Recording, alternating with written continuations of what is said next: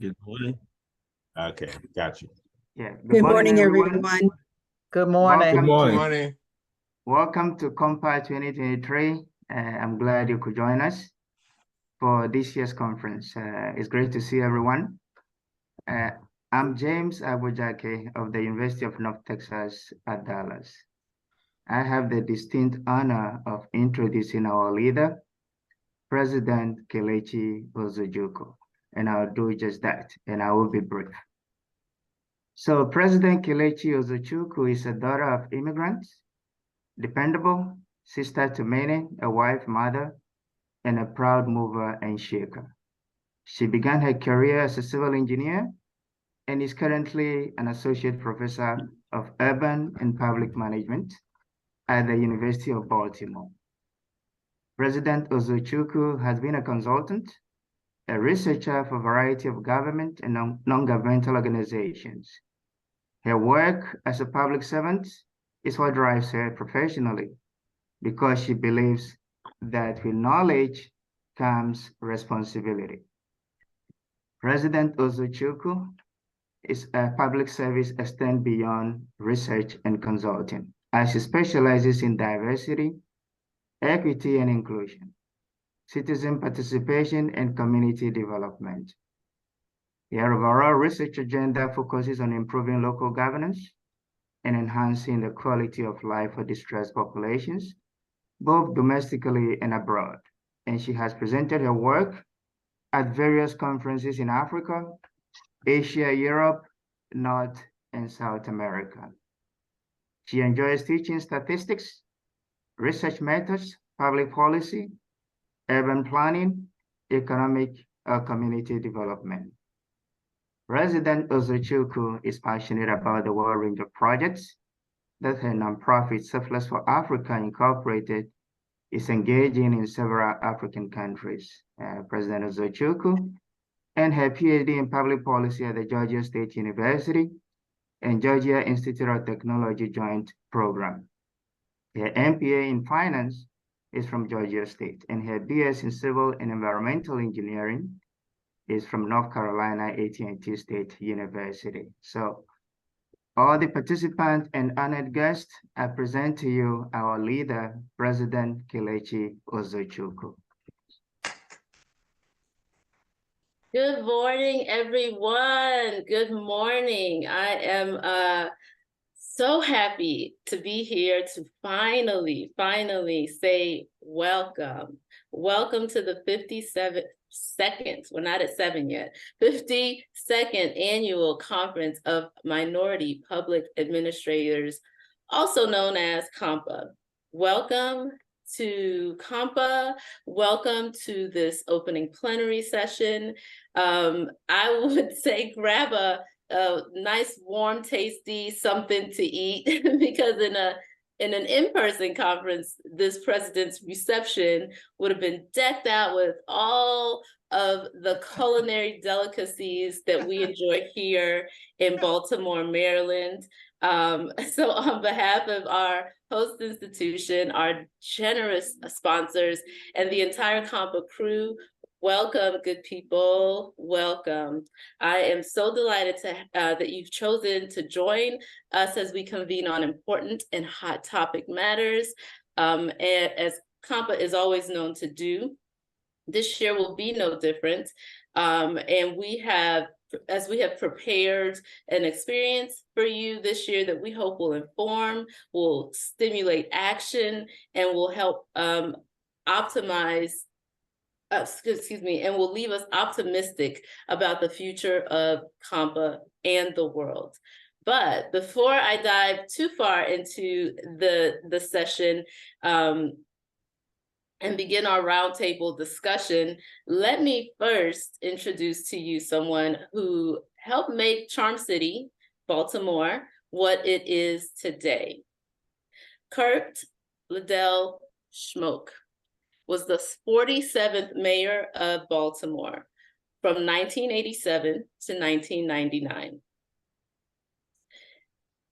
In fact, he was the first African-American to be elected to this mayoral post in Baltimore. Prior to that, Schmoke was the Baltimore City State's Attorney from 82 to 87.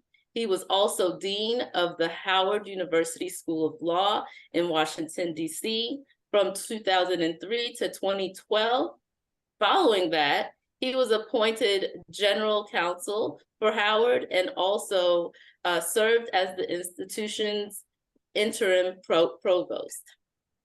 And friends, on July 7, 2014, just a year before I arrived, as the gods would have it, he arrived to this great institution and was appointed as the 8th president of the University of Baltimore, the host and top sponsor of this year's COMPA. Schmoke is a believer in Baltimore, a big believer in the University of Baltimore, because he strongly believes that education is the key to open doors for us as individuals, for our neighborhoods, and for society as a whole. He attained his bachelor's degree in history from Yale University, his Juris Doctorate from Harvard Law School. So please help me welcome UBalt President, Mr. Kurt Schmoke. Feel free to use your emojis and clap. Thank you. Well, thank you very much, Madam President. I do appreciate that, Professor Uzochukwu. It's a pleasure to be here to welcome the Conference of Minority Public Administrators. I'm very proud of the fact that I guess Kelechi, you're the second of our professors at the University of Baltimore to be president of COMPA. Lanil Henderson, of course, many years ago was also president. I just want to welcome everyone. I'm not going to speak long. Kelechi said that I should give brief remarks. I'm from the School of Public Speaking that believes that a speech, in order to be immortal, need not be eternal. So I just want to welcome you all, but to thank you very much for having Baltimore as a virtual host institution. You know, I've had the pleasures, Madam President noted, of working with representatives of COMPA and ASPA in general over the years in two different capacities. First, as mayor of Baltimore, I served 12 years as mayor, and many of the officials that worked in my administration were members of the Conference of Minority Public Administrators. I was able to get a number of people who had worked in Chicago under Mayor Washington, some out of Philadelphia, also Mayor Harvey Gantt in Charlotte was extremely helpful to me. It was a network, and I know all of you recognize the importance of networks in the work that you do, but it was clearly very important to me. And as I said, I had officials and administrators who worked on a wide variety of public policy issues. You have been training people, nurturing people, I know, to work at both the local, state, and national level. And for me, it was just exciting to have minority public administrators who were focused on the real challenges that we have. You know, Baltimore is kind of the tale of two cities. If you come, you'll see in some aspects, you see some of the best in urban America, and you go several blocks east or west, and you can see some of the most challenging things because of the high concentration of poverty that we have in our community. But our administrators worked on housing and transportation, public safety, and economic development matters. And I know that we made a lot of progress, but clearly you've seen in the work that you do that really in public policy, public administration, there are no final victories. Things pop up, you solve one, something else comes up as a challenge. And what has really impressed me about COMPA is the fact that you work together and also reach back to students and encourage them and nurturing them along, so you're nurturing future leaders in our communities, and that is just great. So yes, I worked with you as mayor and now as president of the University of Baltimore, and we have an outstanding College of Public Affairs, and it is also producing a number of great future leaders. So I just wanted to welcome you. Thank you very much for the work you've done in the past, and clearly what you will do in the future. I looked at your program, and clearly a lot of great speakers, many thought-provoking ideas will be discussed, and I know that communities around the country, around the world, will benefit from your work. So welcome, and hopefully one day you can come in person. We do make the best crab cakes in the country, not a lot of filler, and we think we take great pride in a lot of great things that are going on in Baltimore. So, Madam President, turn it back to you, and welcome again, COMPA 2023. Thank you so much, President Schmoke. Thank you. Feel free to pop in and out of sessions today, tomorrow. We're here till Saturday afternoon. So I know you're a busy man, but pop in and out as you feel. Well, thank you for the invitation. All the best to everyone. All right, take care. So just a quick set of announcements before I get started. Live closed captioning is available throughout the conference. It's available, I've made it available for this platform so you can turn it on and off at your leisure. To do so, you can go to the bottom of the screen. I think you click the word more for more options, and you should see closed captioning, and you can enable it for whatever language you desire. So please utilize that function at your leisure.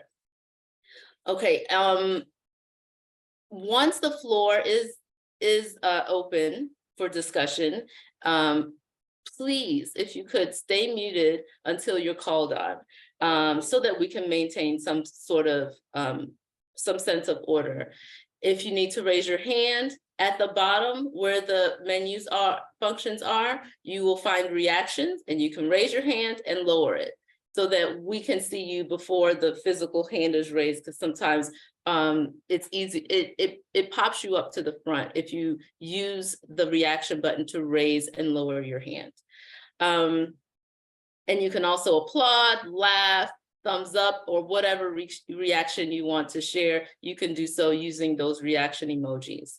And finally, the Zoom chat is being monitored as well. If you choose not to raise your hand and speak, and you want to just type your comment or question directly to the speaker, or to a co-host, or to everyone. So feel free to use the chat function as well.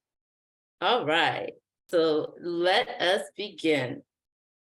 The 2023 conference theme is Unmasking the Complexities of Identity, Place, and Space. This is a challenge, not just for public administrators, but for every single living being under the earth. This theme highlights the courageous work of those who, despite the political, social, and economic climax across the globe, because we know this is an international conference and there are people that attend from various parts of the world. And they're using their voice, their research, their talents to positively affect and make significant difference in their respective spheres of influence, their communities and their nation.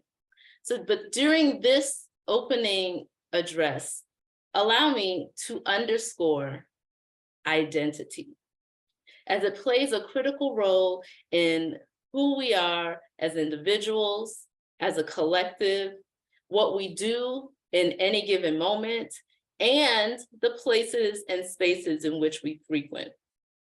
To be sure, historically marginalized and underrepresented groups, often known as minorities, have an array of skin tones, cultural backgrounds, sexual orientations, religions, interests, and needs.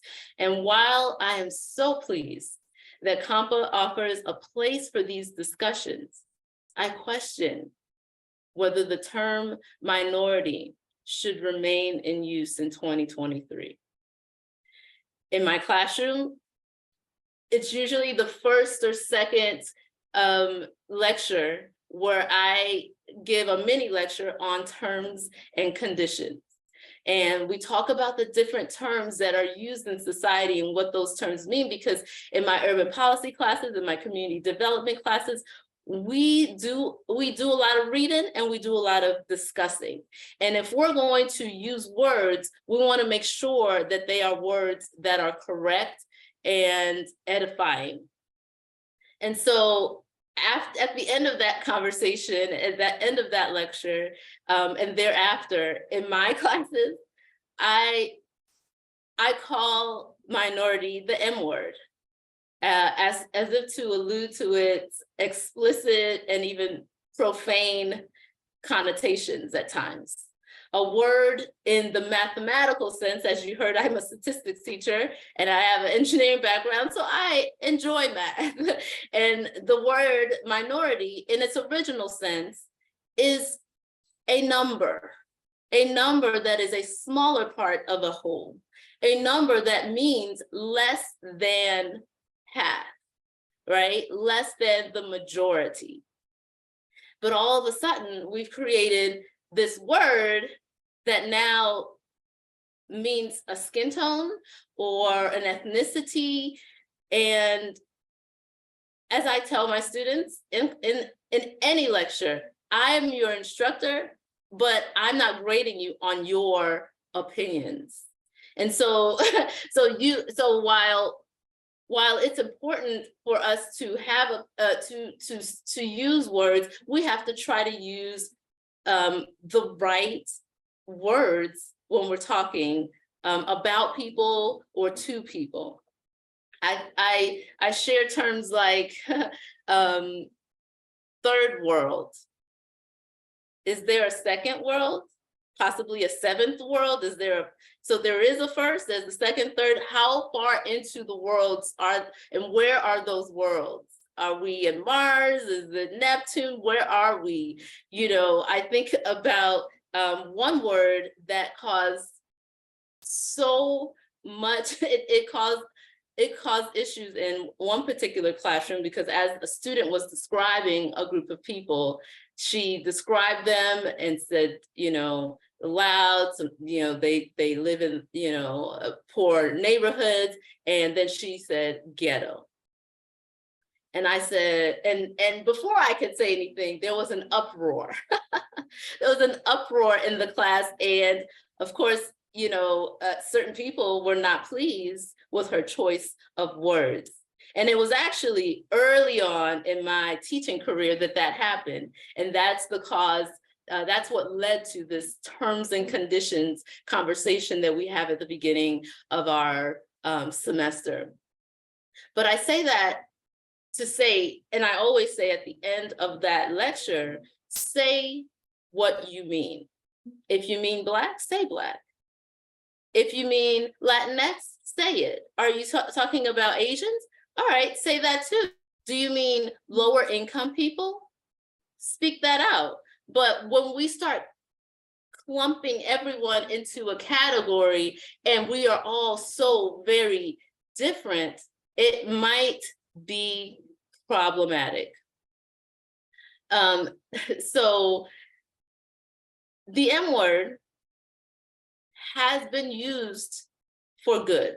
I understand that there's been money tied to it, that there's been movements tied to it to assist and to elevate those that have, quote unquote, fallen into that category. But the M word, minority, less than minor, is as a basis for describing a human being, and specifically their identity, is politically and emotionally toxic. I'm a public participation scholar. Civic engagement is what I do. And when you look at some of some of the work, and when, for me, when I go out to the community and I do interviews or surveys, and to hear the feedback when they say, well, I'm a minority. And so it's as if they know the original sense of the word minority as a number. And so using this word meant to be a number to classify a people might not be the best for democracy. We know that there are minorities in our world, like veterans. They're minorities, right? But they are not in that category called minority. The differently abled individuals of this world, they are not necessarily considered minorities. And so it should allow us to come together, right? And to be more united in our cause. But I am of the thought that just because a word was created doesn't mean it needs to be propagated. Just because a word, and even if it's from the government itself, right? Just because it was created doesn't mean that we need to use it. We have our own minds. We have our own thoughts and sense of who we are. I am a woman. I am an Igbo woman from Nigeria. I am a Christian. There are ways that I would like to be described, that if someone describes me otherwise, I'd be looking around like, it's not me they're talking to, because I know who I am and how I want to be addressed. And so, not to belabor this point, but I want us to, as I tell my students, to consider whether certain terms are outdated, whether they're helpful. We are in a world now where we've got terms being used in addition to minority. We've got the DEI movement and DEIA. We've got the social equity movements. And all of these, I think, speak to what we want to be and do in COMPA. But I believe that there is so much in a name. And if we would allow ourselves to think outside of the box and to be called something that isn't inherently less than, that would be a great move towards the future. And so I know I invited I invited all of our former presidents. Because I really, I treasure our past and understand where we've come from. And I want to acknowledge you all now. If you could use that raise hand function so that you can all float up to the top so that we can acknowledge you all for all that you've done for COMPA and continue to do in COMPA. And as I open up the floor, that is not all that I'm seeing people that have not raised their hands. All right, there we go. We're getting more. And so we've got, I think about the term minority can also be so closed-minded. Like, because if you think about the term minority, a lot of people say it just means Black. And we know in COMPA that that's not all that we welcome, right? We welcome Asian Americans, Hispanic Americans. We welcome the indigenous people of this land, Native Americans. And so we really need to take this into consideration. And Blue, I see you. Gloria, I see you. Harvey, I see you. Loretta, I see you. Patricia, Andrew, Christy. I never call any of these people by their first name, so I know they're looking at me like, hold on. But I see you. Sylvester, I see you. James, I see you. And I thank you for your presence here. I want our past, if you will, our elders, our legacy to lead this conversation moving forward. And I want our future, our current, our now, but our emerging leaders to contribute to this conversation. And so I open the floor for discussion. Let me unmute everyone. I believe I can do that. Can you hear me now? Okay. Madam President, Mr. President maybe, but I enjoyed your conversation. I wanted to just ask, does minority not include Hispanics? Oh, no. As you began at the beginning, you said that words have meanings. Yes. And that minority means less than. I assume you were talking about less than numbers. Yes. Because you said it also means in numbers. Yeah. Not less than intelligence or less than ability. A minority, it does include others besides Blacks, doesn't it? Yes, so that's the point I'm making, that it seems to just, it's all inclusive of anyone that's not white, but we historically. I was going to say anyone that's not in the majority. The word majority, but so, and it's not to, and the thing is, it's not to exclude those that are clumped into this category called minority, because since history began, there have been people of our Caucasian friends that have always supported it, not just COMPA, but the civil rights movements, the anti-slavery movements. There have always been non-minorities, Caucasians, and quote unquote majorities of the world who have contributed to our well-being. And so I just want us to think and talk through that. And I know I've spoken with Dr. Harvey White, because he did not know I was even going to have this conversation today. and he told me that he had broached this topic, was it 20 years ago? 30 plus years ago, I believe. 30, and that's unbelievable to me, and amazing. But that tells us that we need to have this conversation and see where it takes us this time.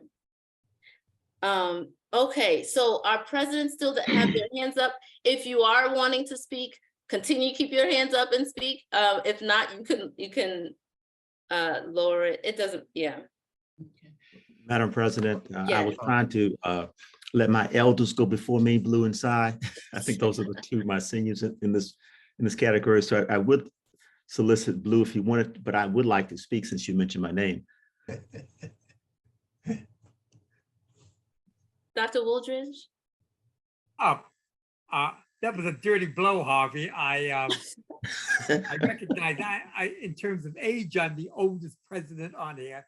Cy constantly reminds me of that.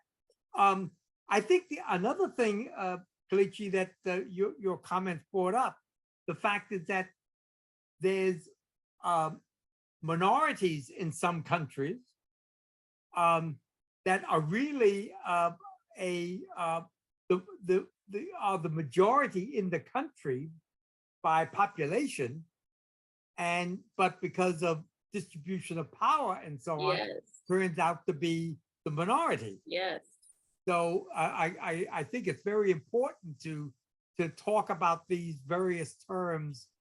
And I might add, I think it's extremely important for our organization at this pivotal point in society, because the whole concept of, you mentioned things like DEI, well, like you, several of my students have gone into the DEI professions, and they are reporting, of course, back.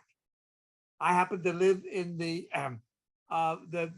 state of Virginia, and you know, like a Florida, like a Texas, and so on.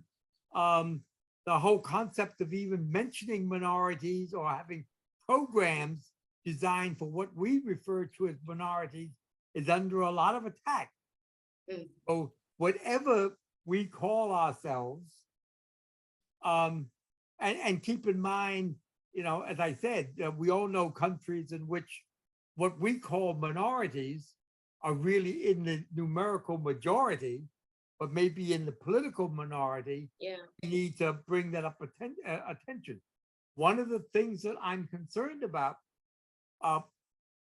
through other organizations that we kind of focus on, and I'm glad we don't do this COMPA anymore, of minorities as being African Americans or Negroes.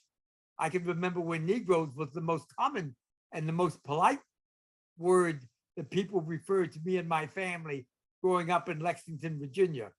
And so we've got to recognize that that there are many groups out there, and that we exist to promote all of them in our society. This afternoon, I'm going to be on a panel at the National Academy between the Social Equity, jointly the Social Equity Leadership Conference and the International panel. And I'm supposed to be centering the conference around the importance of social equity.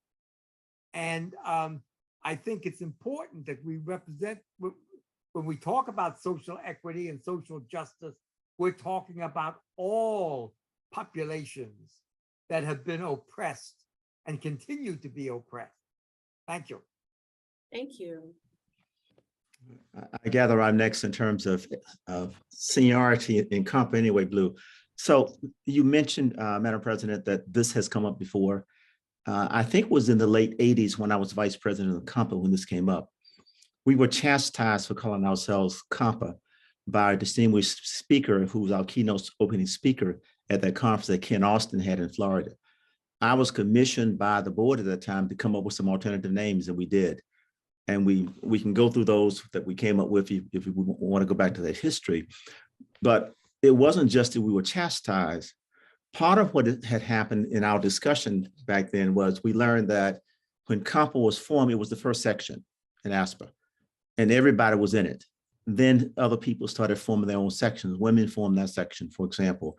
Hispanics formed a section. It was initially in ASPA, but I think it moved outside of ASPA. So other entities, there's an Asian caucus as well.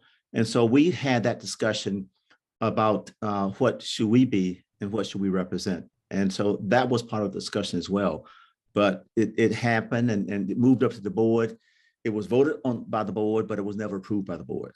And so it kind of died when some of us who were involved in that discussion were no longer active in COMPA, but it was a very vibrant discussion almost 30 years ago in COMPA. So it's not a new discussion. It certainly needs to be discussed. And I wouldn't say to you what the solution should be, but I certainly think that it's time for the discussion. I appreciate you and the board for elevating it again this year. So thank you. Thank you. Dr. Billingsley? I think if we go by seniority, oh, sorry, Dr. Edwell. Person. Oh, thank sorry. you, Madam President. In any event, I appreciate you for bringing up a thought-provoking issue. Don't mind me saying this on this forum. As Dr. White correctly indicated, this particular time was revisited many moons ago, if you will, several decades ago.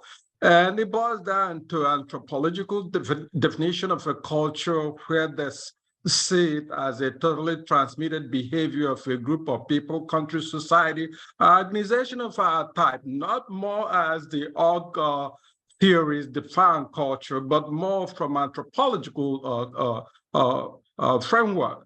I do recall in 1987, I was part of a panel at TSU when I was an adjunct there. The term Blacks were being butchered, and we coined the term African American to be a way of describing our people of African descent in this country. I remember vividly when Dr. White brought changing our name. And the reason for that change, if I can recall, Dr. White, is to be more embracing, to allow those people who we now call the dominant majority in this country to be part of COMPA. And those people, this Anglos or whites, used to be part of COMPA, but that number dwindled. It dwindled because of the identity that they saw it as a problem for us, as a problem for them being part of COMPA.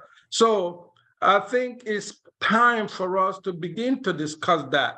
If we backtrack to the early or late 80s, when the term African Americans were being discussed or grappled with, some of you who were following Ms. Goldberg or Whoopi, she was very adamant that she is not African American. I'm Black. Just like James Rama said, best, I'm Black, I'm proud. But let's not go there. What is crucial at this stage is we happen to be in the 21st century when we can begin to find a term that is more embracing for ourselves. If we collectively decide that minority ought to be part of our name, so be it. We can adopt it and try to find a way to increase our membership. So I need to pause here and allow my colleagues and former presidents to chime in on this crucial and very important discussion. Thank you. Kelechi, as I listen to your feedback, I do want to thank you for bringing up such an important issue. And I may go a little bit different than my other colleagues. When we remember historically, the reason we formed COMPA because we needed a safe place for minorities, but primarily very early on, for us to have a safe place to come together to talk about the issues that were of concern to people of color. Over the years, as Dr. White alluded to, the people that we were trying to embrace in COMPA made decisions that they wanted to have identity types of sections for ASPA themselves. My concern is when we see other groups moving to having groups that focus on Asian Americans, that have sections that focus on Hispanic Latino issues, or have groups that focus on Native Americans and other minority women groups. My concern is then what happens to us? Because what I don't want is for us to lose the place that we have worked so hard to establish so that we could be. And we could talk about those issues that are of concern to us without having to worry about whether or not this is the appropriate forum to have those discussions. So while I agree that minority has a negative connotation, depending on how you define it, I think it's up to us to expand that definition, to expand the lexicon on what minority means, and distinguish between, if we're talking about minorities in terms of numerical population, if we mean minority in terms of the absence of certain groups, if we look at minority in terms of power, the shifts in power. I think when we approach this issue of changing the name and redefining who we are. What I don't want us to do is redefine who we are so that we can make other groups feel okay to be a part. And then we see, because that's what we ended up doing, so that other groups could feel a part. But then they still didn't feel a part enough to stay. They felt that a need to move on and have different sections in ASPA. And so I believe in inclusiveness. I understand and embrace the whole notion of minority.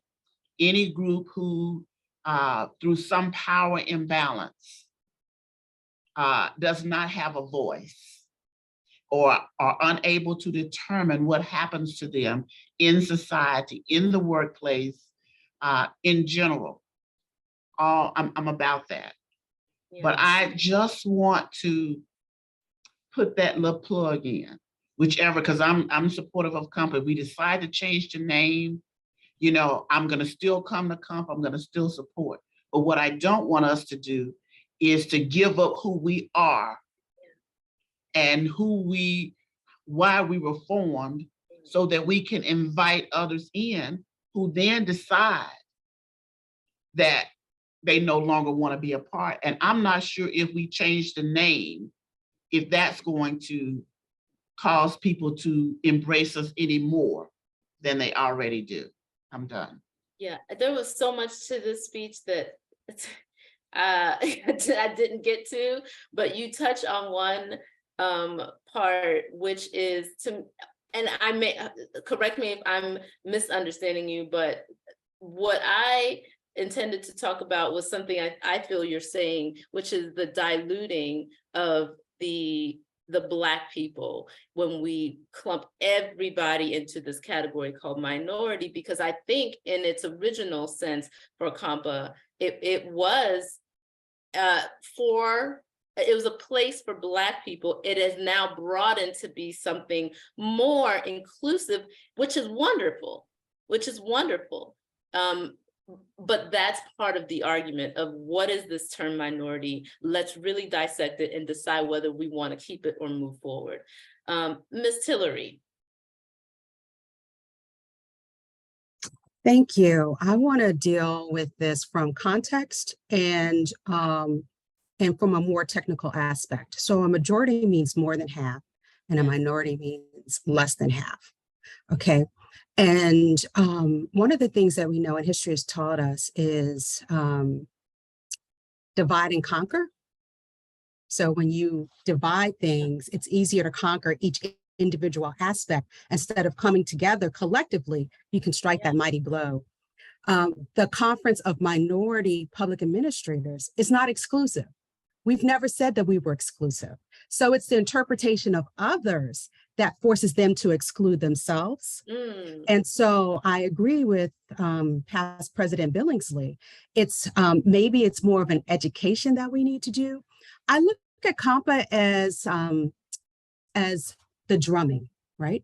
Because minority experiences on the East Coast are different than the minority experiences on the West Coast, are different than the minority experiences in the North and the minority experience in the South.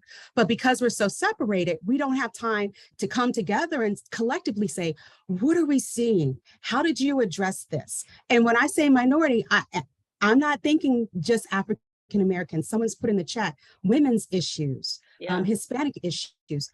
All discussion is welcome, because what we know is what one group may be facing and may be coming our way later down the line. And it may give us, by having this dialogue and by having this opportunity to convene as a group and collectively come up with ways to overcome or strategies to persevere.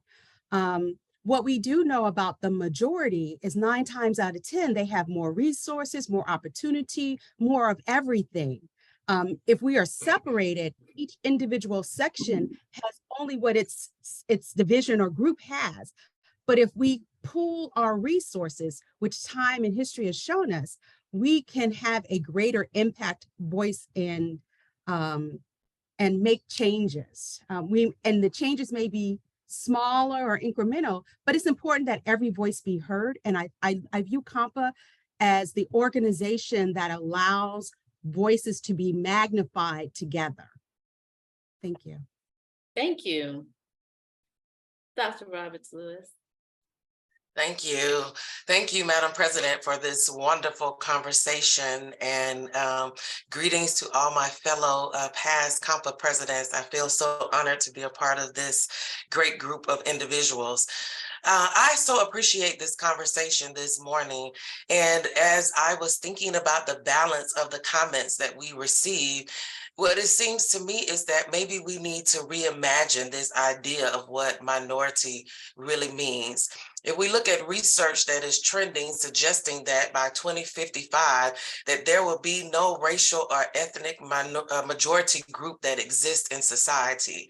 And so, as so eloquently noted in some of the other comments, I think we thought about it maybe sometimes this term utilized as from a deficit kind of context. So how do we build the assets of these various different groups? And even to Loretta's point, when we think about the diversity that exists among us, that needs to be captured in some way in the kinds of things that we're doing. I love the DEI space that we're currently living in, the amount of resources that are being funneled toward efforts and policies related to groups that fit this minority category, but we know that they still fall short of addressing all of the critical issues that face our communities, both today and in the future. So how do we find the delicate balance of protection of why we became COMPA? What were those driving kind of foundational impediments that led us to the development of this great group? But also realize that moving forward, as this term minority and majority may be re-envisioned, how do we protect that, but still talk about that there are issues that are critically important? One being this notion of critical race theory that will allow us or avoid our ability to have conversations to even dissect how public policies impact racialized or marginalized or minority groups. And so having that kind of silence also means that there has to be some voice on our part that still is fighting in the shadows and saying there are critical conversations, critical aspects, critical dialogues and research that still must continue, that still highlight the disparities among many groups that fall in this category. So I don't see it as a if or, I see it as how do we create a yes and? How do we create the ability to protect our history while moving forward to have a solid and continuing legacy as our country begins to change and as we begin to think about issues that still impact people who fall within this context. So thank you. Thank you. Madam President, can I just say one thing on Chrissy, because I know we have some other presidents. She brought up something I think that we have to consider. How with this new move, and we see it happening state by state, not just a critical race theory, but the attack on our ability to address issues around DEI. So when we began thinking about this, you know, the uniting of the groups is going to be important, but we still have to have a place to do that, because what I see, and it's just kind of like back to the future kind of thing. That's where when I think about everything and where we are, it's like it's back to the future. We've made so many strides, but it looks like we're going back to the future, and that's what it feels like to me, that we're going back, and the things that we won and the battles that we've won. Now the battles have become more sophisticated, and we have become diluted. Our voice has become diluted. And so what I'm concerned about is, as I said, what I call this back to the future, that we're going to wake up one day and that all of the things that we have fought so hard for, they're not going to be. And then where is this united voice that we need to be able to talk about these issues? I don't want to, because this is a really, really good topic. For clarification, Madam President, may I just make an observation? I'll be very brief. Absolutely. COMPA from its conception was diverse, multicultural. The Urban Fellows had Hispanics in them, and one of the founding members, at least one, was Hispanic. So we've always been multicultural, diverse, and agenda-wise. Forgive me, Gloria, my records for COMPA is at Jackson State, so I can't give you, but I know of all the proposals that came to the board, none of them involved eliminating the name. It was reprogramming the name. For example, the one that almost got passed was the Coalition for Multicultural Public Administrators. That's the one that got the furthest along. But all of them talked about keeping COMPA's name in its history because we understand our history is very important and the linkage that is important. But I just wanted to say that historically, women made up a large portion of COMPA. Hispanics, we in one of our conferences had a whole track for Hispanics in one of our conferences. Wow. We've had leaders that were not African Americans in COMPA. So we have been a pretty diverse organization from our conception and very embracing. I think Dr. White is quite right here. We are not going to eliminate if we agree on a common name. We are not going to eliminate COMPA. We can either use the first word conference or coalition, just like Dr. White indicated, and maintain the other words within that umbrella name. What we might do, in as much as I'm enjoying this dialogue, because it's not the beginning, but at least one major dent to dealing with our collective name, we might think about setting up a task force to deliberate more on this and bring it to our next conference and see how we can get traction out of this dialogue. And this is just my 2 cents, so to speak. Thank you. So we've got a non-president, and I'm welcoming everyone to chime into this roundtable discussion. Ms. Keisha King. Good morning, everyone. My name is Keisha King. I'm a DPA student. I'm actually in my first year, second semester of the DPA program at the University of Baltimore. I'm new here. I'm not Dr. King yet, but I'm moving in that direction. All right. And y'all have to forgive me. I know we're all intellects here, but I'm gonna approach this from a different perspective. I'm approaching this from a 70s Blackness, when Blackness was strong and intentional, from dashikis to froze and black fist combs. I'm Black, Black with pride, Black on purpose on the Black hand side. And I just want to say that when you talk about this word minority, I'd like to approach it from a perspective that the word minor means lesser in importance. Yes. And the ity means quality or condition. So I don't feel lesser in importance in quality or condition. So the use of the term minority, sometimes I feel like we adopt that term to mean something greater than what it actually is defined by. So I don't think I feel like changing the word from minority to something of greater importance as opposed to lesser importance is something that should be considered. That's just my 2 cents. Thank you. Dr. Amity. Thank you. A lot has been said that I agree with. I guess my position is that I know words are important, but actions tend to supersede words. And so irrespective of what word we might come up with or change to, if the actions don't match the words, I'll quote one of our former deans at Southern University of New Orleans, then you just run in your head. That's the way she used to put it, Millie Charles, his head running, you know what I'm saying?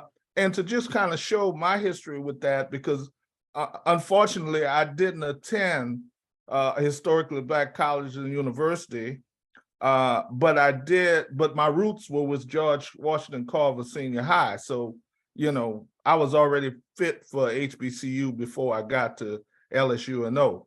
But I was involved with the NAACP college chapter, and many of the issues that we were dealing with on the university campus with respect to the discrimination of African Americans came about. And we chose to say, well, what we're going to do, we're going to come out with a newspaper that would really, talk about those issues. And we named that newspaper Nigger. Now, there was a reason for using the word nigger. It was because, first and foremost, it was about what it meant to us and to desensitize us to what the traditional meaning of was. It reinforced the point, from my perspective, that the name didn't matter, because those students in that NAACP college chapter got a lot done on campus. So it didn't impede. So I guess my comments, once again, is that I think it's a good conversation.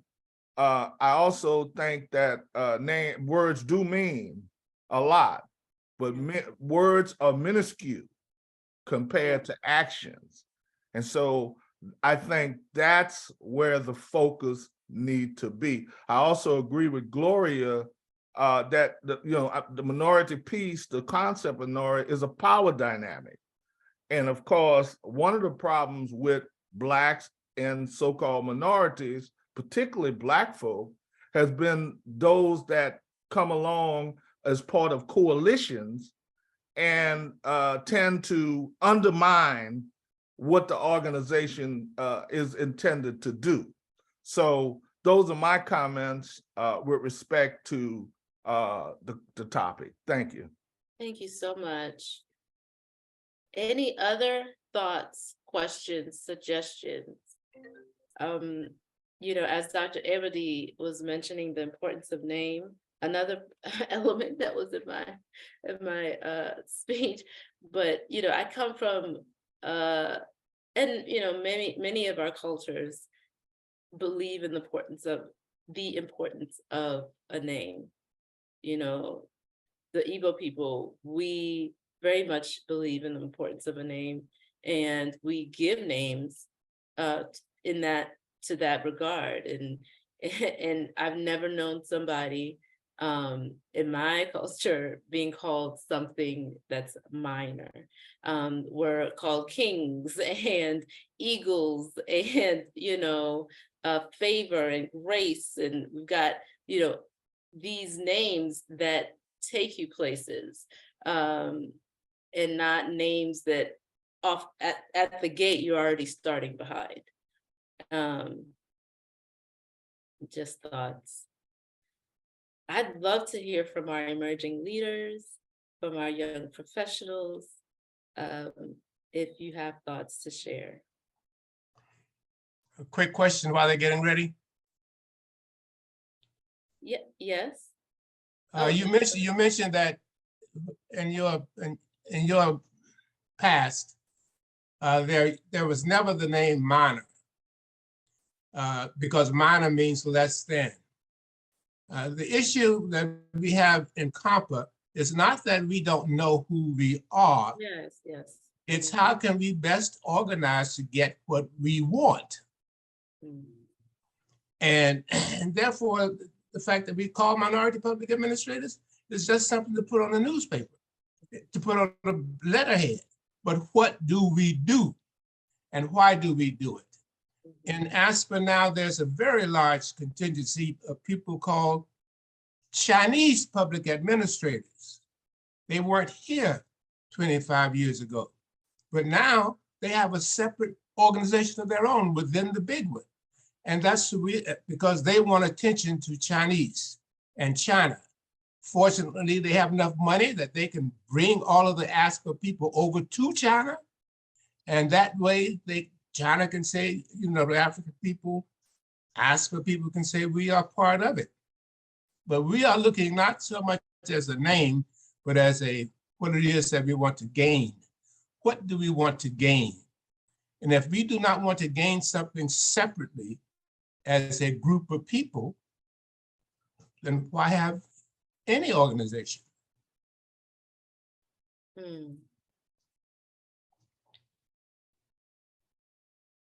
So what I'm gathering from this conversation is that there is the issue of the name, but the issue of the name should go beyond just the name to how, Yes. to what are we doing? Yes. And that wasn't, so what are we doing? Are we wanting to do something different from what we are currently doing? Are we in a space where we're not happy with what we're doing or who we're bringing in or what we're discussing? Because that might help us get to a decision, at the end of this, because to me, the name is critical, but the name allows you to see where you're going as well. It's almost a pathway. Dr. Mazata? Thank you so much. Very interesting conversation here. And so I will speak as a newcomer and maybe just as an emerging person in this space. So I love COMPA and I like the group. I think it's a lot of nice and exciting things that are being done, but I'll be very honest with what I thought about the first time I heard about COMPA and my orientation and coming into this space. So Dr. Harvey White was paired with me as my mentor for the Founders Fellowship Program in 2017. That's when I, got involved with ASPA. And he talked about COMPA. We have this group and whatnot. And I thought that was very interesting and exciting. That's when I heard about COMPA. And then I started asking myself, why do they call themselves minority? That bothered me, I'm not going to lie. And it's always bothered me all these years because I was born in Zambia, raised in Zambia, traveled all across Africa, and I've traveled all across the world. I've traveled to many countries in Europe, more than I've traveled to countries in Africa. And in all these places, I find Black people. So when I was told that we are called, I was like, what's with this word minority? That's what bothered me because in my mind, all the places where I have been, Black people have been in majority. So coming here and having this group, which even has a name designated to talk about minority, we are the minority, I was bothered for a long time. And because of that, I told myself, I'm not going to be involved, Now I am sitting here and I am thinking, how many of the people that are in there, I was just about to get into my PhD program at that time. How many people that are in their master's program, PhD programs, or just starting out in their careers are we missing in this conversation? Do they feel like they're minority or they're not minority? Is that the reason why they're not coming to this space? Because personally, it's taken a long time for me to even come and be able to volunteer. I can volunteer my time here, but I haven't been able to do that because I was like, minority? No, I'm not minority. I don't consider myself as minority. So, but listening in the history is very important, and where we're coming from, all that is important. So I just wanted to mention my own personal experience, and I'm like, wait, I'm not minority. So I'll end here. Dr. Abuzaki, thank you, Sambo.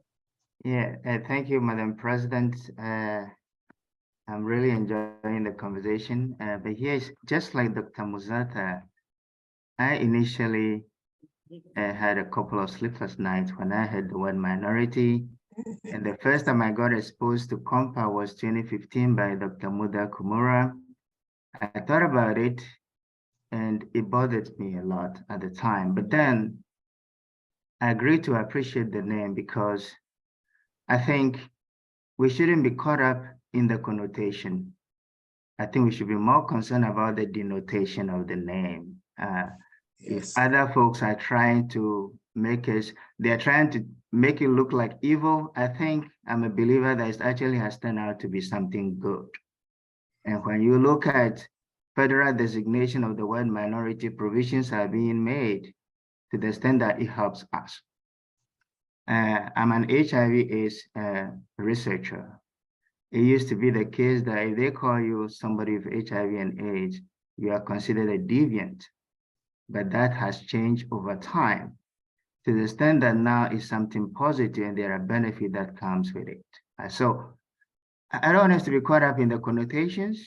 What we do is grounded in denotation of who we are. We know we are not less intelligent. We are a very capable group of people.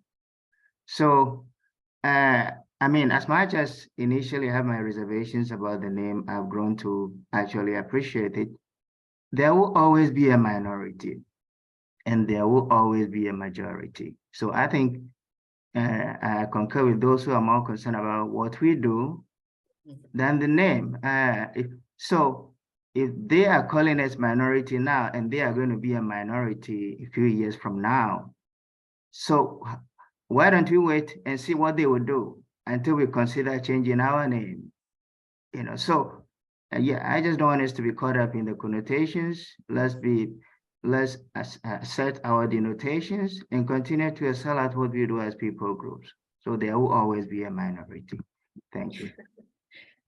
Okay, thank you. I don't think that I'm not saying, I don't think that one is without, like, they are mutually exclusive. They are mutually exclusive, excuse me. One is talking about the name and the other is talking about what we do. We can do them both at the same time. We can deal with the name and we can deal with without stopping what we're doing in terms of, you know, our mission and goals. I don't see it as one stops us or hinders us from doing the other, but it doesn't mean that we should, you know, disregard the name simply because we're focused on the doing. My thoughts. Madam President, if I might add, I have two former presidents who I respect very dearly, Professor Cy Murray and Harvey White. They brought me into NASPA, and those two of our forefathers in this organization of ours know what we went through in NASPA in changing the name. It used to be National Schools of Association of Schools of Public Administration, Public Affairs and Administration. But over a decade or so, we struggled, we fought to change that name. And there was a particular dean from the California area that wanted public policy to be embedded in there to be more inclusive of other schools because of the degree offerings among what used to be actual NASPA groups. We settled. How did we settle? By adding a policy and changing the first word from national to network. I think we can get it accomplished here. Either coalition as the first word and minority multicultural or whatever is collectively agreed. Again, it's good that we are revisiting this particular discussion. And I don't think it will go away. The reason it wouldn't go away, think about what some emerging scholars from other countries of the world are thinking. Reasons for not joining or joining and what have you. I think we shouldn't, I respect everybody's comment. It's a new beginning and we need to think ways of getting it done sooner or later. Sooner will help us to attract more people to the organization. Later might defray the idea of increasing our numbers, whatever number might become in the near future. Yes, and I'm not one to think about waiting for someone else's actions to determine mine. You know, I that's not me, but maybe that's what we are as an organization. Hopefully not. Madam Tillery. So minority is a percentage. It's not a mindset. And so when I walk into a room, I know minority. I may either be the only female, I may be the only African-American, but that doesn't diminish my importance or my equality in that room from my perspective. And so what COMPA has done, it has been the voice of many in rooms where there is no voice. For example, I can remember that there was some controversy that ASPA had about where to hold its conference based on the actions of the different locales. And they didn't go to many different groups. They came to COMPA to get COMPA's input on it, because we're able to bring the voice of many and speak as one. And there have been so many instances when this organization, not representing one individual group, but representing the many, has come together to speak on the side of what is fair, what is right, what is just, and what is good. So minority from the discussion here seems to be a negative term, but what it means to me is I have the opportunity, when I am the only one in the room, to represent all, right? That doesn't normally happen when you're on the majority, because you have no need to see. So I think the Conference of Minority Public Administrators really adequately, to me, states what we're all about. It's not about individuality or individual groups. It's about united together, bringing all perspectives together and making a statement, a voice, a position, taking an action. And so with that, I just want to reiterate, minority to me is not a negative. It's just a percentage of where I lie in a group of 100. That's all it is. To me, I'm still strong, powerful. I'm still representative of so many things, but at the end of the day, I'm me in the room. That's what we need to focus on, is making sure that we have that voice in the room, and we still don't. Thank you. Thank you. James, and then LaShawna. Yes, yeah, thank you. Thank you, Madam President. So I do not think that changing the name is going to necessarily help our membership. Somebody is going to come in because the name changed. I think it's two different things. The solidarity that the name minority enjoys globally, I think, is more powerful than trying to use the word coalition or some other word, you know. So it's interesting that I'm here trying to advocate for the word when I used to hate it. But you know, that tells you people evolve. Yeah. So the global solidarity that the word enjoys, I think, is much more powerful than anything else. So I don't buy the argument that it's going to help our membership. If somebody doesn't care to belong because of a name, then they have some other issues to deal with. You know, names are important. I'm not trying to negate that. But then, when you know that there are minorities globally, and we could even reach out to those people and have a powerful movement to advocate for their cause, I think that's the solidarity will be a very powerful one than being concerned about what we are currently calling now, how somebody else perceives us. So that is just my take. Thank you. LaShawna.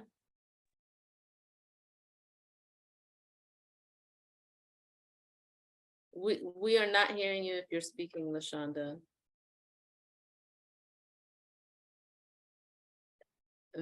Maybe we can move to Dr. White while she's fixing her audio, maybe. I'll try to belong. I guess part of our struggle here, if we don't know COMPA's history, COMPA has a very rich and vibrant history, and I think we need to spend some time in the future looking at what COMPA has done. And Blue and Cy can do a much better job, but in terms of our work going all the way back to apartheid, and even the work that some of us doing in Africa today came out of COMPA, it's rich, and I think we need to address that. The other piece, though, that I find very intriguing, we have had, if I'm correct, 4 people who label themselves as African from the continent as our president. That didn't stop people from still forming a section on African public administration. And I'm puzzling because we've had Africans have been in our leadership. So there is something about something that's keeping people from coming to us, and I'm not sure what it is. So I think we need to ask that question and I'm part of the section, public administration asked for not demonizing this section, but there wasn't felt a need to feel that we needed to do that what needs to be done in Africa was not reflected in COMPA. And maybe that's true because people don't know what COMPA has done in Africa. Through the work that I've done, Sai has done, and others have done, going all the way back to apartheid. So maybe that's our fault that we just haven't made it known how we took a stand against the Bush brothers at our ASPA conference, and that caused us to lose significant funding. We've done some things for over the last at least 35 years since I've been a part of COMPA that need to be celebrated, and I think we need to do a better job of that. But the name has, in fact, caused people to go in other directions, whether we want to admit it or not. Thank you. So, with all that we've heard today, I still think that, and this has been a great discussion, and we do still have quite a bit of time till the top of the next hour, but I don't want to belabor this point, and I wanted to broach the topic, a topic that has already been presented in decades past, but I wanted us to, to remember our past, to treasure it, but to embrace what lies ahead, to embrace the future. This is something worth thinking about. This is something worth continuing to talk about. And if a decision is made to change it, great. If a decision is made to not change it, at least we've had the conversation in this decade. And so I do appreciate your thoughts and insights and your time. I would have loved to hear from a non-Black person. Actually, I don't think that we heard from any non-Black people, and I know we have, folks from the subcontinent of India and other, countries as well, Eastern Europe. It just to hear, what their take and their feel is on this topic. Is this past President Patricia? I don't know. We'll find out. Patricia, you can speak. Can you hear me? Yes. Hello, everyone. Okay. It is just so good to be here and to hear all of the comments. This is a topic I know President Kelechi, we did talk about in some of our previous meetings, but never thought that it would, be this strong, and that the comments that were made, I really, really appreciate it. And I appreciate the comments by President James and also President Gloria. We do have to, I understand that names do have a great meaning, and I think we have to look at, from what I'm hearing, especially in the last few comments, is that some of the comments are being taken personal, like as far as personal culture. So we have to be careful with that as well.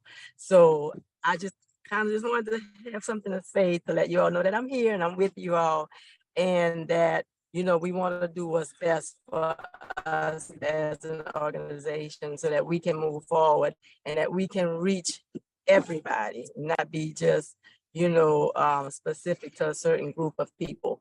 So I really enjoyed the comments. And as I said, former President James, I totally agree with his comments. So thank you. Thank you. So we will hang out here. I'll have some elevator music playing.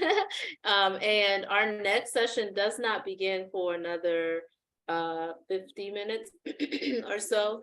So if you do leave, make your way back here by 11:10 or so to get ready for our first panel session. Someone wanted to say something? Yeah, this is DJ. I just want to ask a quick question. Yes. is there harm in having, if I think I understand that the intent is for the larger group to be sort of like the coalition of all the collectives of marginalized folks. Is there a plan to have a specific group that deals with Black American issues, that where people can feel free to express that without it always being drawn out and compared? I'm a classmate of Keisha. And so one of the things we talk about in class is there's always this discussion on who had it worse. Like no one can have a space where we can say, oh, this is our struggle, without someone from, from either an African country or from a Caribbean country of Black descent saying, well, we've had it worse. Someone else says, oh, well, we had it worse. And it's like, wait, why are we, this is not a competition about who had it worse. My experience is just as important as yours is, but it seems like it's difficult to have a shared experience first because we all haven't had the space to have our unique experiences sort of discussed. So I'm just wondering if there is an intent to create the space where people don't, and so I'm going to be honest to say, I always feel like as a Black person who grew up in this country and is a descendant of slaves who worked on plantations from the South, that we always have to create space for everyone else. We always have to share and make ourselves small so that other people can have the space to share their issues. And as opposed to us expanding the space where we all can talk about our unique issues. So I just wanted to put that out there. My question really being, is there some plan to have a unique niche where folks who have an interest around Black American issues can have that space to share that? And then we all kind of roll those issues up into the collective group and we can kind of talk about it there. Thank you. Thank you. Actually, so Saturday we have our business meeting, and I've gotten some thoughts that I shouldn't bring this up for a vote on Saturday, and some that are saying bring it up. If it passes, it passes. If it fails, it fails. But this is a conversation that I wanted to start here so that it can marinate a bit, and hopefully by Saturday we can decide whether considering a new name is something we want to do. It's been put up for a vote in the past, but I want us to maybe consider it again this year and see what comes of it. And I don't know how to answer your question, DJ, but Dr. White, just everything about his face said he had something to say about it. So you're still on mute, Dr. White. That's a rich history as well, because some of us were very active in NFBPA as well. And when we were having this discussion earlier, NFBPA was in its infancy. And so we didn't pursue that notion of Black section because we didn't want to be in direct competition back then with NFBPA. And so there's a rich history around whether we should have a section dealing with Blacks in public administration, given that many of the people who, again, in the NFBPA were a part of COMPA. Keisha, LaShonda has finally come back, and then James. Okay. So I appreciate DJ, my cohorty. We're in the same cohort. And I'm hoping that COMPA is a place also to kind of address these issues around cultural competence in the curriculum. Because one of the issues that came up incessantly during the first semester in the DPA program was me constantly challenging Dr. Walkhouse about why you have us studying these racist, in particular, Woodrow Wilson, the quote unquote father of public administration, who was a staunch racist. And why are we studying these quote unquote, again, founding fathers who were also racist, who owned slaves? And it was just so unnerving that this is the foundational principles that me as a Black student has to digest And I think one of the things that bothered me the most was just thinking about when I had the conversation, because I was triggered reading some of the chapters that we had to read, and I just was triggered and I was so angry. And I remember emailing Dr. Wackhouse and I was like, please call me because I'm triggered. So when he called me and I had the conversation with him about, you know, what I was reading, they called Jefferson the gentleman farmer. And I was like, where? Who? He ain't farmed nobody's land. He has slaves. What are we talking about? So anyway, that was just kind of one of the issues that just kept coming up. And me thinking in my mind, and I hope this isn't offensive to anyone, but just thinking like Dr. Wackhouse, you wouldn't want to study why Hitler did what he did. You wouldn't want to have to study kind of like the mentality as to why, you know, he kind of structured, you know, this atrocity. You wouldn't have to live that experience over and over again, studying it in your curriculum. So this is the kind of issue I posed to him. And he was just like, well, I don't know that I'm ready to do away with that yet. I said, Dr. Wackhouse, I don't understand it. We're intellectuals and we know better. So why aren't we doing better? I love that. And everyone may not be able to fully appreciate what she says because you all may not know who she's talking about, but I can fully appreciate that comment as someone that is at University of Baltimore and has experienced Aaron Wackhouse, a Jewish white man, and his way. Exactly. LaShonda? It's gone black again. Oh man, maybe you should type your comment, LaShonda, because we really want to hear from you. James, then Alicia. Yeah, Madam President, I'm going to be quick. I think it was either Dr. Ewa or Dr. White that referenced that the fact that probably we might need a task force and ad hoc group to look into this again. I think that would be ideal than trying to make a motion for a vote. It needs to be revisited again, a small group looking into it, and then they can bring their report back to the larger body. Then we can decide to vote on it. So that is what I would suggest. When it comes to DJ's question, I think the National Forum for Public Administrators kind of address that concern. I think we recently had an MOU between National Forum of Black Public Administrators and COMPA. It's more about we working together to address that need rather than trying to have a group that is very specific to public administrators that are Black. I think we already have that need met. Thank you. Alicia. Hi, so you said you wanted maybe a younger student perspective. So I just wanted to weigh in. I'm also a white woman. So my perspective obviously is different because, you know, as a woman, I know like my mom and my grandmother definitely had barriers to them in, you know, abortion access, you know, credit access, like even into the 70s and 80s. So I think my perspective is obviously coming from a different angle, but I think that it's important to represent what I would call historically marginalized groups. So whether that be women, people of Asian descent, you know, people from Latinx or Hispanics, and obviously Black Americans or African Americans, because, you know, I don't particularly like the word minority because I think that it maybe does feel a little bit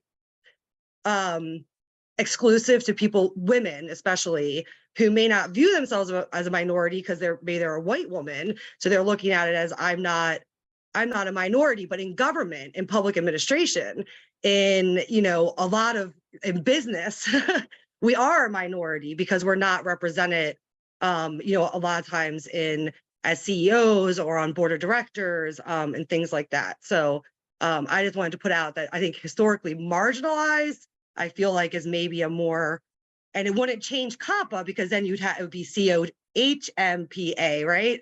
So it would still be COMPA. I like the suggestion. LaShonda says she is ready. She is ready. She's ready. So can you actually hear me this time? Ah, yes. Oh my God, that was the worst. I'm so sorry. I went through all kinds of technical difficulties where I normally don't. Yes, good morning. I just wanted to add, well, first of all, I'm new here. I actually had recently become a member of ASPA, and then I realized that underneath one of their publications for the email that I got in my governmental organization, there was this listing of your conference. And the one thing that really made me want to attend, I know this is a big topic right now, but was the word minority. And the reason that that stuck out to me was because in the spaces like where I am as an administrator, I am one of very few. There are other women, but as a woman of color, there aren't many that travel in those spaces. And the farther up that rank you go, there are even less. And so to be able to be part of an organization or to even attend a conference, because this was last minute. I mean, I was asking them yesterday to pull the P card and, you know, pay for this conference because I had just learned about it, but it was so important for me after I looked at your the plenary and all the different speakers that were going to happen for me to be part of that. Now, I will convey that I'm very active in public government where I am. I've been on boards and things like that. And this is just one more of those spaces. And so when you guys are talking about, and I'm listening as a newly aware person of this organization, of membership drives, across the board, even with places like NAACP and so forth, I think membership is down because the new generation, which include my children, of people, the way that they communicate is a little different. And the way that they engage in social spaces, I think is different. And so I think one of the things in order to move forward, any organization is to try to get more of those people, even having a conversation about the name.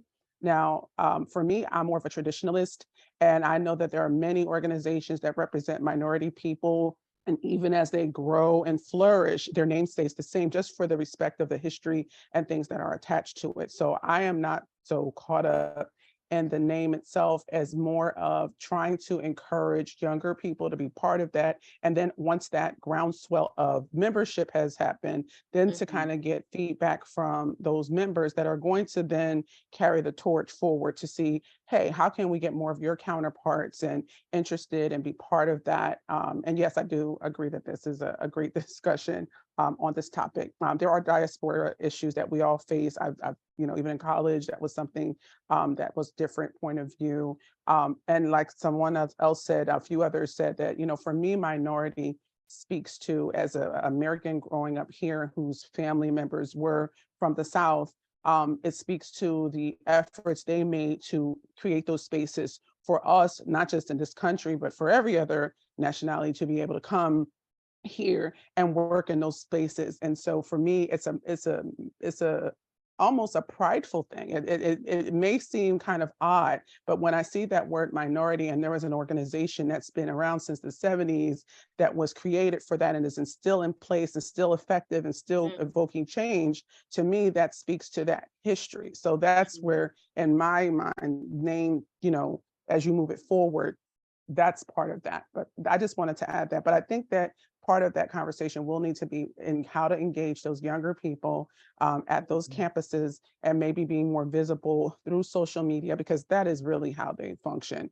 trying to make sure that they are aware that this is even out there, because I wasn't, and I feel like I'm pretty well versed about certain things. So I just wanted to add that. Thank you. Thank you so much. I'm so glad you were able to speak. Sancha, please correct me if I was wrong. No, that's right. Hi, I am Sancha Simchian. I currently work at the Washington State Environmental Justice Council, where we have 16 community members from marginalized communities, and we try to come to consensus on things. So not being from the Black community, I don't have any right to help craft this particular definition, but when I do equity work, I like to use the term marginalized people, because I've been in very toxic workplaces or local government places where they specifically pitted the BIPOC community, against the LGBT community, and against the disabled community to purposely keep that collective action from happening. And so like divide and conquer is a favorite tactic of those in power because it works so well time after time. I like coming to spaces like this, and even if it's a different community than a Native community, I feel like there is a lot to learn from people on the ground in community doing brand new cutting edge equity work. So I love coming to places like this and from learning from people. We might not be the specific community, but there are things that we can borrow from each other. That's it, the end. I love it. Thank you. Oh, David Williams. Good morning. Can you hear me? Yes, sir. All right. Good morning. My name is David Williams. I am from North Carolina Central University, and I am an MPA student. There you go. So, hey, that's what I'm talking about. So I want to first of all, say thank you guys for having this conference. This is actually my third conference. I am a non-traditional student. I have came back to get my MPA degree, and I started my MPA degree in 2020, and I'm going to be finished in December of this year. But what I want to say is that I think that having these spaces is definitely very important. I think that, we should embrace these spaces because, again, we're all we got a lot of times. And so it's great to see other professionals that are in the spaces that we're in, and we could talk to them and have conversations about things that are happening so we can have better understanding. Sometimes it takes that, I'm at HBCU right now, so I'm glad to be around people that look like me, but for the others that might not be at the HBCU, I know that they need that understanding or be able to talk to somebody from a space and say, hey, this is what I'm feeling, this is what I'm thinking, this is what I kind of got going on, so you kind of get some kind of understanding. So definitely want to say thank you for you guys for the conference. Like I said, I've attended for the last few years, and just appreciative to have a space like this. Thank you. There was something I did not remember to do, and maybe I should do it now. We've still got a good size of our people here in the conference. I want to take a quick poll. So what if you see it pop up on your screen? Yes. Please complete. I think it's 4 questions.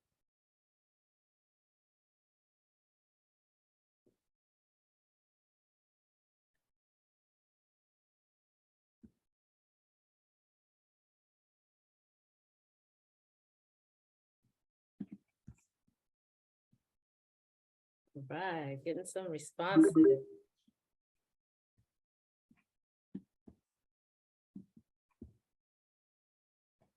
Some people are having to really think, how long have I been here? I don't see the rest of the questions. I don't see a pop-up, President Kelechi. Can you check your, at the bottom, maybe it shows a poll. It's a poll. Okay, let me check. Okay.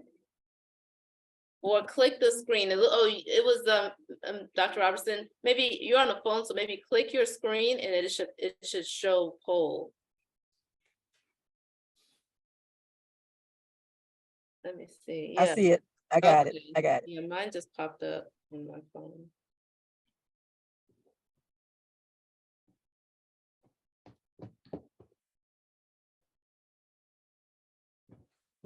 Is everybody, no, that's 27 people so far.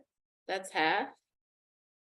But if you are done, I can close it so everyone can see the responses. That's 30 now. 31.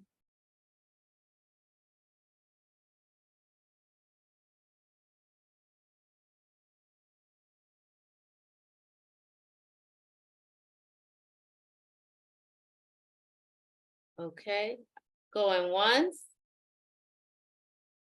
twice. Wow, it's still going up. Okay, let me just wait a second.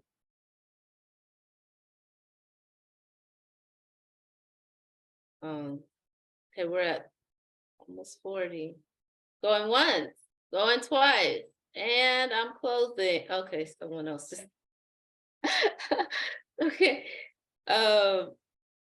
again, go once, twice, we've got 73%. If anybody does surveys, you know that's a really high number. Yes, I wish all my surveys were this high. Let's get that final person. Come on, you can do it. Drum roll, please. Share result. So this is who we've got here. The majority of us are first-time attendees. So we did a good job, marketing, publicizing this, because we're getting a lot of new faces and people with new experiences. I love that. But I love that we have someone in every category. So that speaks to our diversity. We're mentoring and we're bringing people along, and we're sticking around even after our time, if you will. We've got, what do you like most about COMPA? The topics we discussed. Okay. Down-to-earth people, dynamic speakers, mentorship, coziness. I chose the coziness. That's what I wrote. Dr. White, if you want to say something, go for it.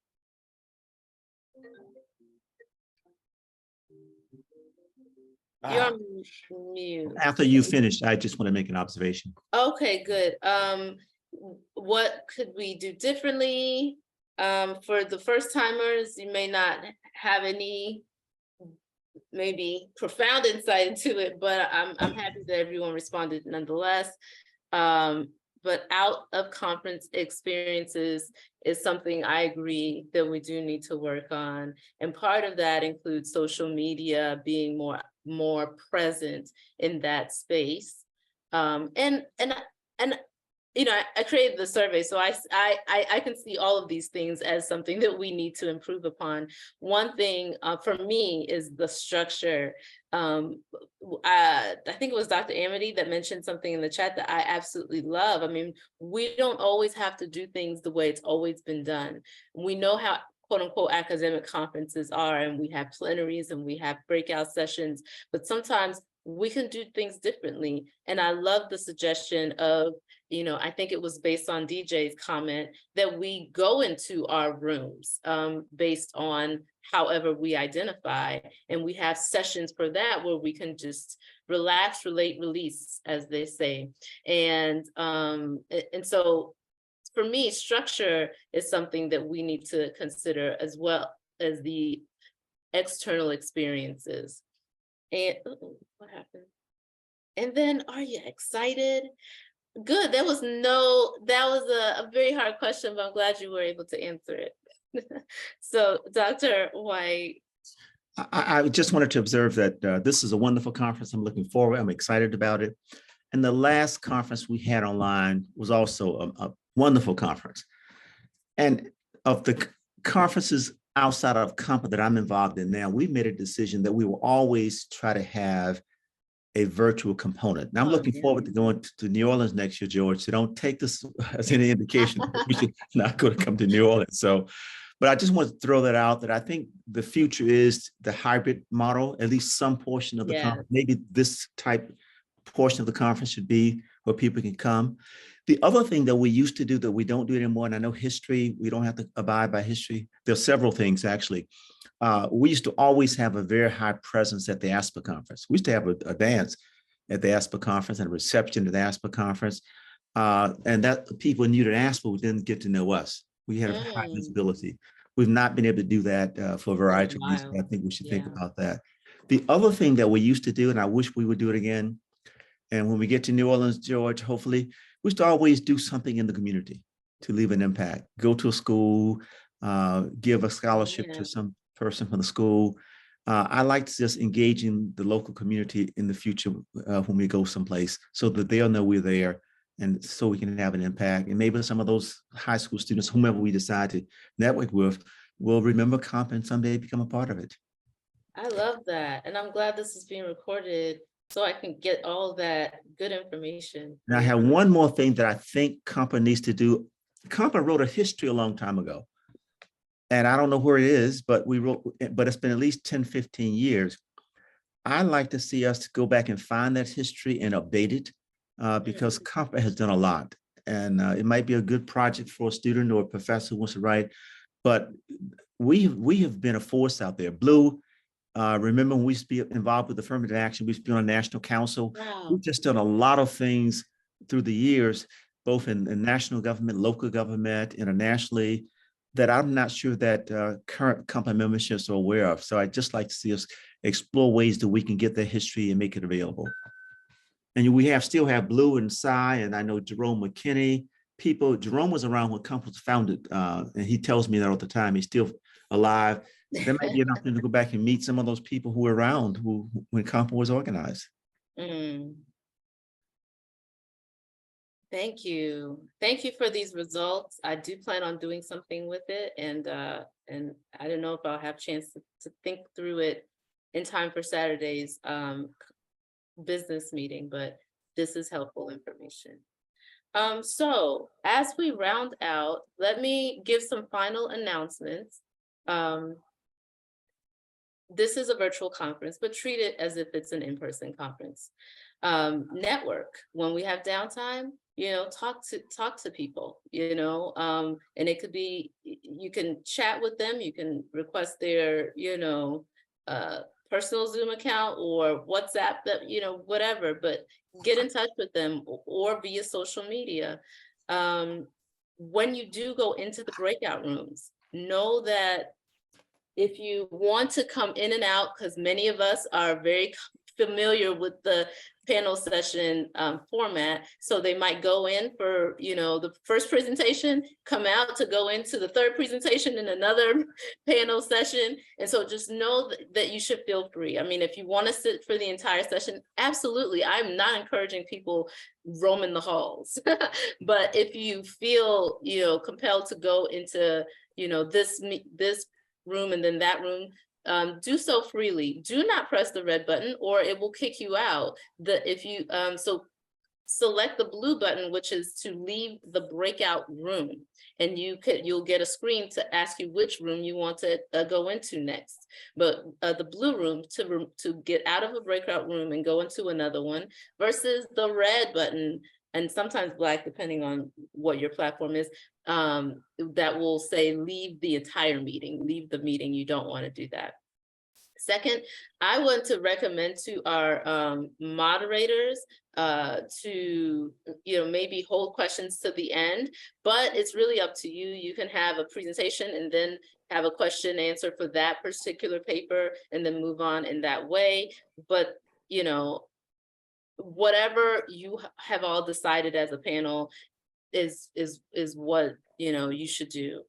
Moderators and panelists, if you have any trouble loading your presentation, the easiest way that I've found to send to someone while you're on the Zoom platform is to just go into the chat, decide who you want to send that your file to, select them as a direct message, and send the file. So you can go into your chat, select the file icon, find your file, and send it. It won't let you send your file if the file is still open. So close the file first, then send it, and then you can open your file again if you need to.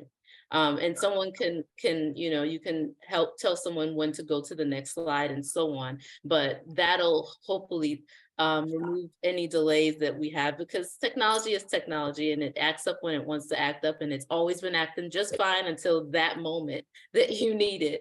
And so I'm just providing you with other ways to utilize your time in your breakout rooms.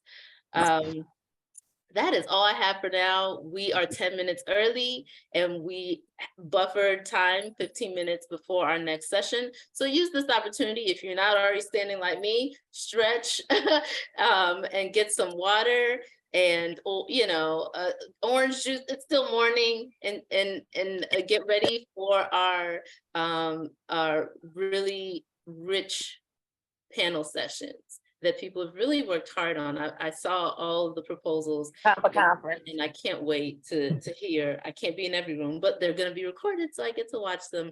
And you'll also get to watch them when the conference has adjourned. All right. Thank you all. If all hearts and minds are clear, I'm going to play some music, and then we'll keep the conference going. So enjoy the conference, engage with people, learn something new. I may quiz you. I am a professor, so I may quiz you at the end of this conference. So you never know, but be sure to see my face again on Saturday at our closing plenary. We've got some great awards to give out, and in the business meeting, because we've got some important things to talk through. All right, enjoy you all.